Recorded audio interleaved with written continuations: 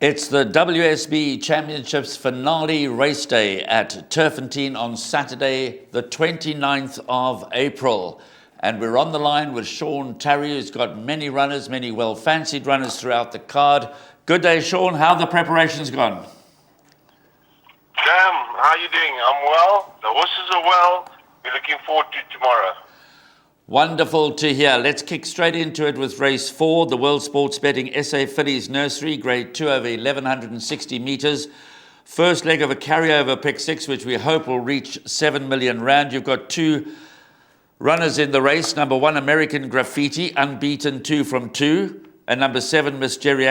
Geriatrics, who's also unbeaten 2 from 2. The former is quoted at 15-4 in the early betting. Mrs. Geriatrics at 9-2. Richard Faree rides Mrs. Geriatrics, and Samanga Kamala, American Graffiti. I know it's a tough question at this early stage of their careers, but how would you compare the 2 fillies? They're close in ability, and they have similar traits that they both have speed, and they can both find a good finish too. So, Mrs. Geriatrics, let's call it a little bit more seasoned in that she's more composed. So, I think she's just a little bit more advanced in terms of her demeanor more than ability. I think they're equal ability. Perhaps she's just a bit more mature. But clearly, from a pick 6 point of view, you're not going to separate. Both of them must at least go in. Yes, 100%. And bearing in mind, American Graffiti's drawn slightly better. Okay, obviously the dangers will come principally from leaving Las Vegas, Cullinan Blue, and possibly So Seductive. But let's move on to race 5, the World Sports Betting SA Nursery over 1160 metres. This is the first leg of Jackpot 1, second leg of the carryover pick 6. And once again, Sean Tarry's got a very big runner in the race. Richard Faree rides number 5, Lucky Lad. And like his 2 fillies in the previous race, the Fillies Nursery, Lucky Lad has been to the races twice and won on both occasions. Interestingly, last time out, beating Amber Rock by a neck or so. That was Amber Rock's debut. There's a slight weight advantage now to Lucky Lad, but Amber Rock might have come on with a run. That's trained by Michael Azzi. Lucky Lad in good order going into the race? Yeah, I'm very happy with him. He's a colt that he's a little understated in his work at home. I did expect him to win his last 2 runs, but he sort of didn't give me the early speed that I hoped to see. But what I saw, the last 200, he turns it on really well, and he seems to be a consummate professional. He's in good order, and I'm happy with him. Yeah, I was chatting to Alistair Cohen earlier, and he said Lucky Lad is a gritty, brave, honest to goodness racehorse, even this early in his career. Yeah, he's got the job done twice really well. On debut, he was so lost, and it looked like he'd be lucky to run second or third, and yet he won, basically easing up. And that filly looked to have a stone cold last time. Yes, she did drift in and all that, but I think it was more about the way he put it together in the closing stages that it does give you confidence. I do respect her a lot, even though we are better off at the weights. As you say, that run under the belt should help her immensely. And interesting that she's looked to take on the boys again, knowing what beat her. So she's coming back for more. They must know something. So there we go. We look forward to a terrific race between numbers 5, Lucky Lad for the Sean Tarry stable, and number 7, Amber Rock, Michael Azzi. Perhaps the winner will definitely come from one of those 2, but as you heard, Sean is very, very bullish about number 5, Lucky Lad, who's in very good order coming into the race. Race 6 on the card, the Johnson Workwear Computer Form Sprint over 1,000 metres. Princess Kala and, of course, Big Burn, 2 fillies up against the boys in this weight for age sprint over the minimum trip. Now, it's well documented, Sean, that Princess Kala, you've had a few hiccups leading into the race. Yes, unfortunately, Graham, these things happen. Fortunately enough, I feel that we got it early. We eased up completely. and I don't see any ill effects from that. However, she did miss work, and that is the key concern. Yes, she's picked it up really well over the last few weeks, and basically, I am happy to start her off. I wouldn't say as a prep run because it sounds like, we would be happy if she was running on into 4th or 5th. That's not the case at all. She is in good enough order, but I feel this run will just bring it to an absolute peak. And if we don't pull it off, at least we'll set her straight for Scottsville. Is it a fair comment still to say that it's better to be drawn on the stand-side track down the straight course at this time of the year at Turffontein? Is that still holding water? Well, the results are there to prove it. I mean, I'm not too sure exactly why there is a bias, but the results show that there is a bias. And I'd rather be drawn outside any day of the week. The reason I mention that is obvious because it's a 12-horse field. Princess Caller's drawn one off the outside, and your stable companion Big Burn is drawn on the extreme outside. So you've got the best of the draw. Big Burn, very game, very consistent, and very talented in her own right.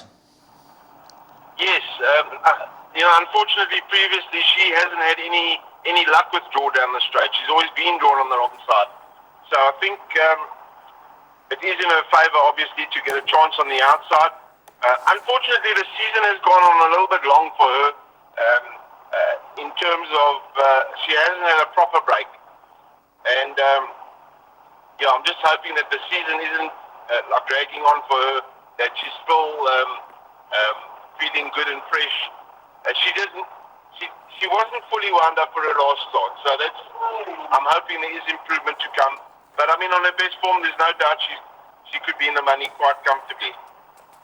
So Princess Caller's drawn in gate 11, Big Bird in gate 12, and the very speedy Sheila's drawn just along their inside in gate 10, but the early favourite Master Archie is drawn further towards the inside in gate 5. But as you heard there from Sean, his two fillies ought to be very, very competitive in the 2023 renewal of the Johnson Workwear Computer Form Sprint. Now onto the headliner, the World Sports Betting Premiers Champions Challenge over 2,000 metres.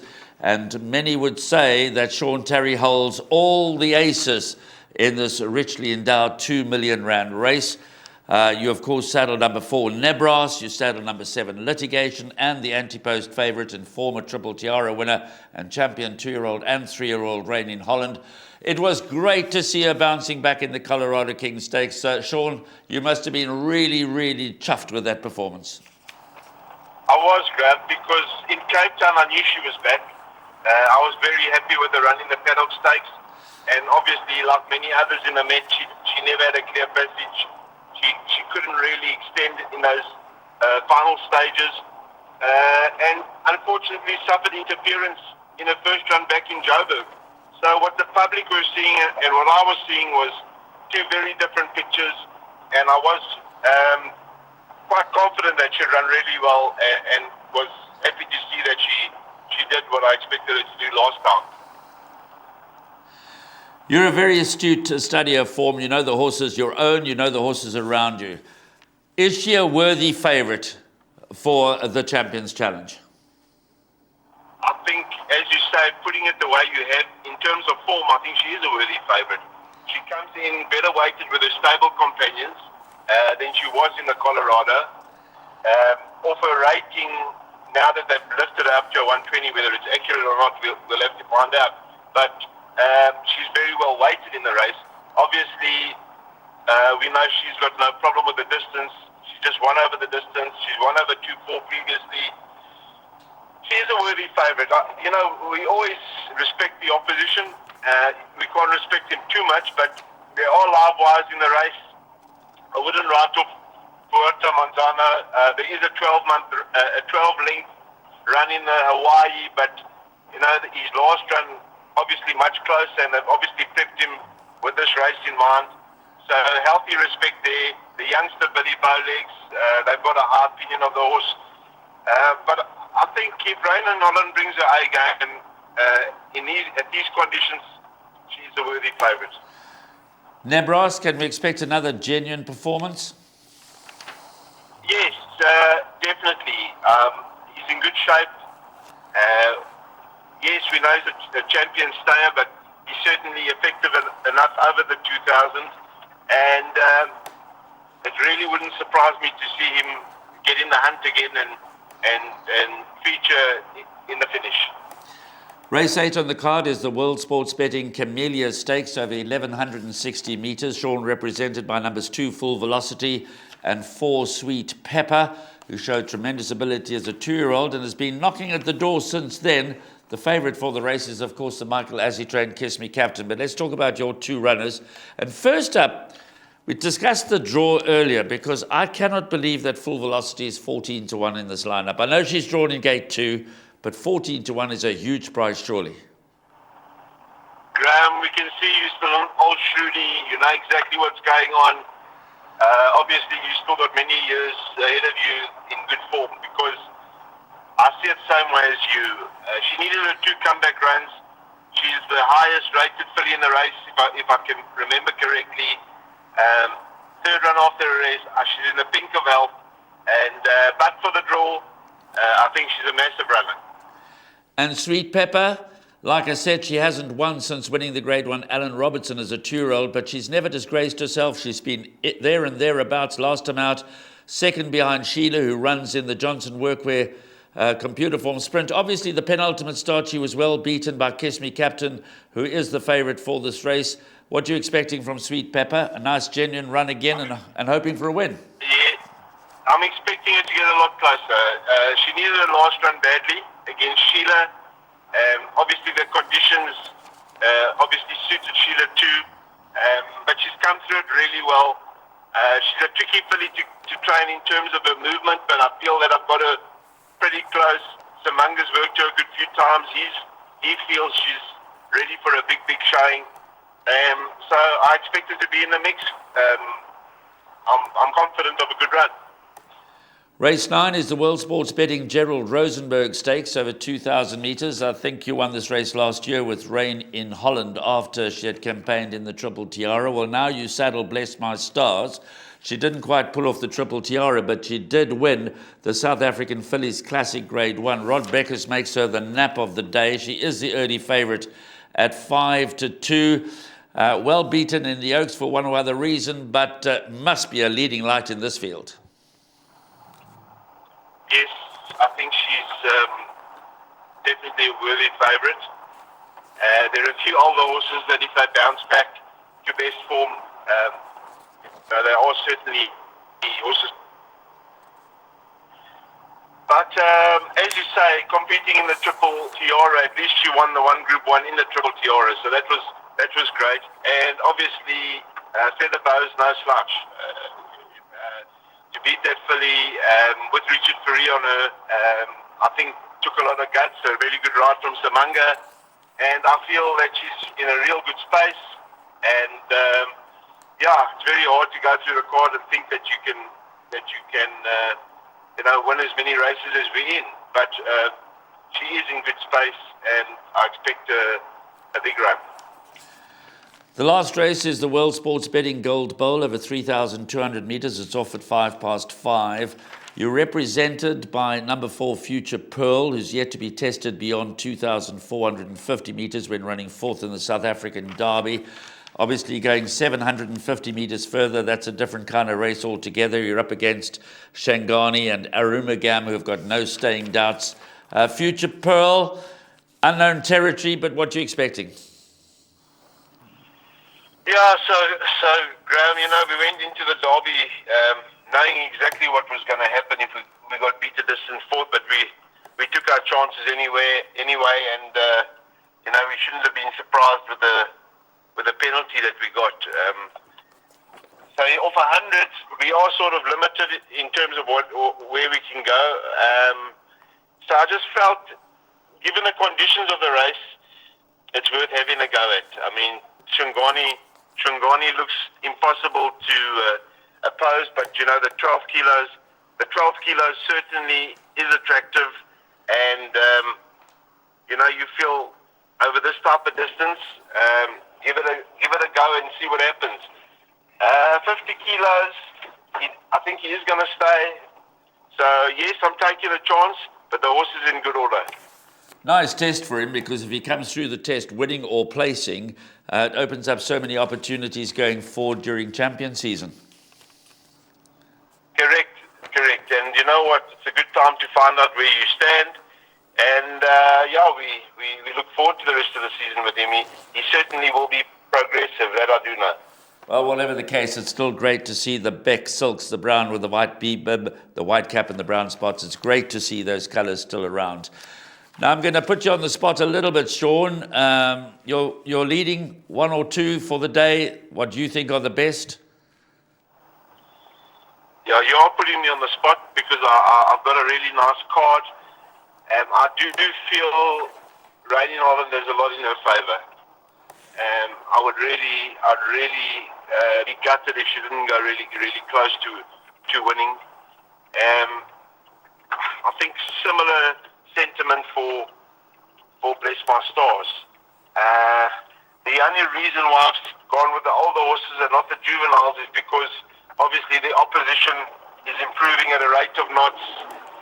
We may be improving at a rate of knots, and there's no way to get any sort of feel as to which horses are on a better trajectory than others. So the juvenile races, I am confident, but I just don't know, which opposition is improving at what rate. Yes, absolutely. Those are wise sentiments. We've seen with these 2-year-old races that the horses can improve at different rates, but clearly you're very competitive in both of the nurseries. Rain in Holland and Bless My Stars looking to fly the flag high for the Sean Tarry stable. As always, Sean, thank you for your time. We really appreciate the fact that you're always happy to contribute to our shows. Graham, thank you. You and I have been, we've got it right on a few of our interviews where we've teamed up, and I'm just hoping for the public that we are accurate again this time. Thank you, Sean. Appreciate those words, and we'll be shouting them home tomorrow. That's Sean Tarry on the line. He's got big runners at Turffontein on Saturday, the 29th of April, the WSB Championships finale. 2 Grade 1 races, the WSB Premiers Champions Challenge, which Sean hopes to win with Rain in Holland, and of course the Johnson's Workwear Computer Form Sprint, backed up by a number of Group 2 and Group 3 races. Once again, our appreciation to Sean.